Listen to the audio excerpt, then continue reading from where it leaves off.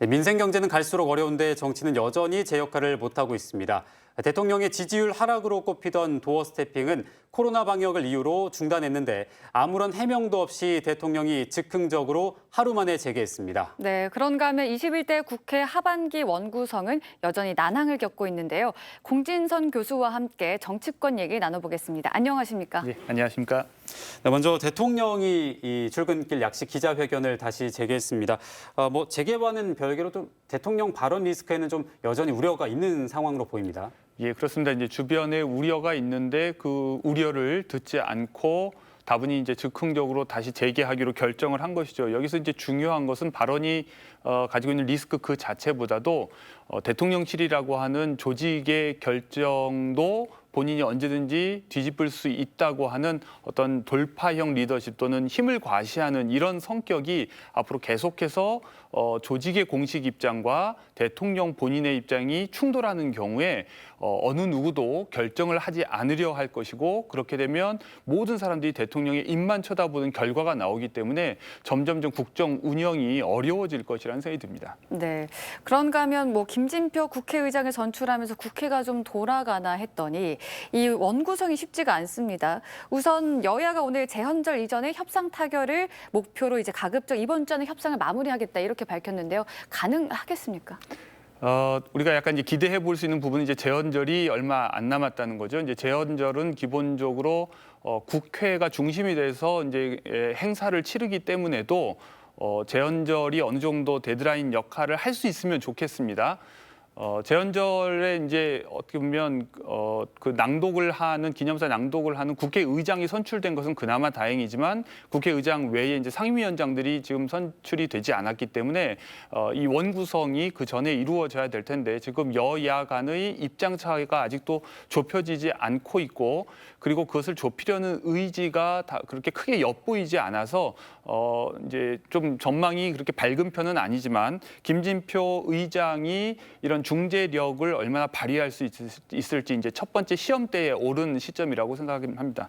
네, 다음은 이준석 대표와 안철수 의원에 대해서 좀 짚어보겠는데요.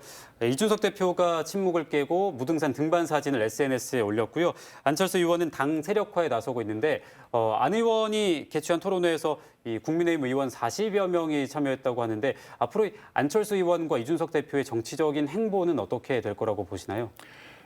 그 두 사람의 운명이 함께 행복한 방향으로 가기는 쉽지 않아 보이는데요. 일단 이준석 대표의 지금 행보는 정치적 명분을 확보하면서 여론 추이를 지켜보려는 것 같습니다. 최근 이제 여당 차기 대표로 누가 적합한지를 묻는 여론조사에 꽤 많은 사람들이 이제 안철수 의원을 1순위로 꼽았습니다. 심지어 국민의힘 지지자들 사이에서도 일반 국민보다 더 높은 정도로 안철수 의원을 차기 당대표 후보로 이제 선호한다고 밝힌 것처럼 전반적으로 지금 국민의힘을 지지하는 사람들이 변화를 요구하고 있는 것은 분명한 것 같습니다. 바로 그런 흐름 때문에 이준석 대표가 전에 전당대회에서 당대표가 될 수 있었던 것이고, 또한 사실상 문재인 정부에서 검찰총장을 역임한 윤석열 후보가 대통령 후보가 되어서 심지어 대통령으로 당선될 수 있었던 것인데, 바로 이런 변화에 대한 요구가 지금 현재 국민의힘 안에서 이루어지고 있는 당권 투쟁하고는 조금 맞지 않는 측면이 있습니다. 그런 의미에서 이른바 윤핵관이라고 불리는 당내의 주류가 이준석 대표를 몰아내고 당을 장악하려고 하는 움직임이 이런 변화를 요구하는 민심하고는 충돌할 지점이 있어서 지금 이제 그런 윤핵관과 안철수 의원과의 어떤 결합, 이런 것들이 이제 시나리오로 많은 사람들 사이에서 이제 언급되는 것 같습니다. 네, 변화에 대한 요구는 더불어민주당에도 있는데요. 이 더불어민주당에서는 이제 전당대회를 앞두고 어대명이라는 얘기가 나오고 있습니다. 일명 이제 90학번 70년대생인 97세대들이 이 어대명에 대해서 좀 견제를 하고 나섰는데요. 이 97세대가 앞으로 얼마나 힘을 발휘할 것이라고 좀 생각을 하시나요?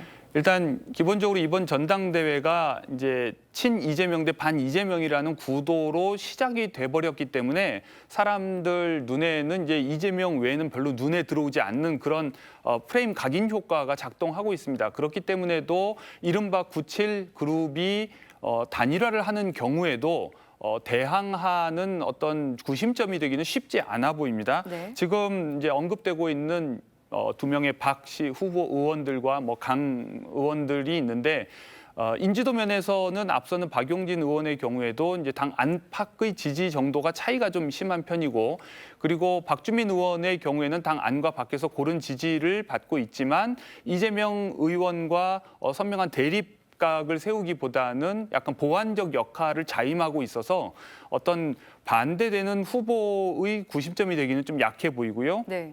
다른 후보들도 마찬가지로 그런 대립적 구심점이 되기는 굉장히 어려워서 이번 전당대회가 그렇게 흥미진진하게 흘러갈 것 같지는 않아 보입니다. 네, 지금 뭐 당대표보다는 관심을 좀 덜 받고 있긴 하지만 최고위원도 하나둘씩 후보들이 좀 나서고 있는데요. 광주 지역 국회의원이 송갑석 의원이 최고위원에 도전장을 냈습니다. 지금까지로는 일단 비수도권에서는 혼자 있는데 당선 가능성을 어느 정도로 보시나요?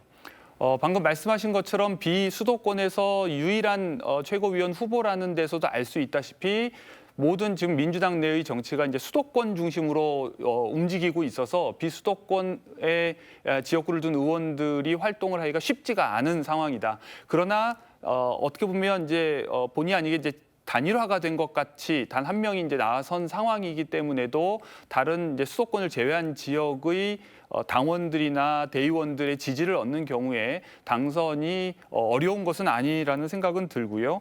그러나 이제 전반적으로 지금 전당대회의 구도 자체가 이재명 의원을 중심으로 친명이냐 반명이냐라는 구도로 흘러가기 때문에 친명도 아니고 반명도 아니라고 하는 어떤 중립적인 위치가 주목을 받기가 쉽지는 않은 것이 사실인 것 같습니다. 네, 이 수도권 제외에도 좀 의미가 있겠지만 사실 민주당 정치의 기반이 호남 지역이라는 데에도 좀 의미가 있지 않겠습니까?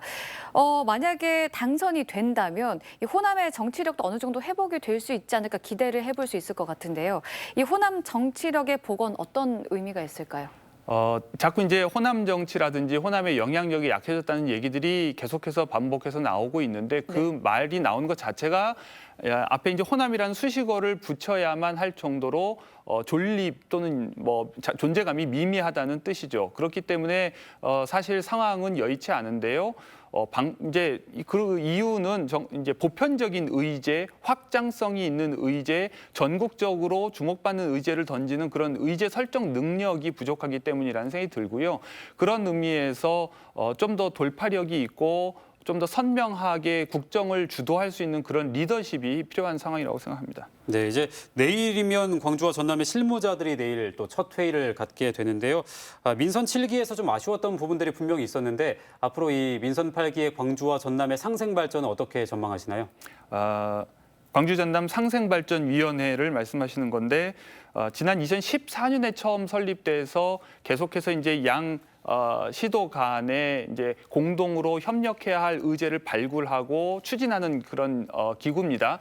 그런데 이제 이런 기관이 아무래도 리더십이 어떤 성격이냐에 따라서 또는 의지가 얼마나 강하냐에 따라 영향을 많이 받기 때문에 지난 민선 7기에서는 약간 미흡한 점이 많이 있었는데 이번 민선 8기는 그래도 한쪽 리더십이 바뀌었으니까 조금 더 기대를 걸어볼 수 있을 것 같고요.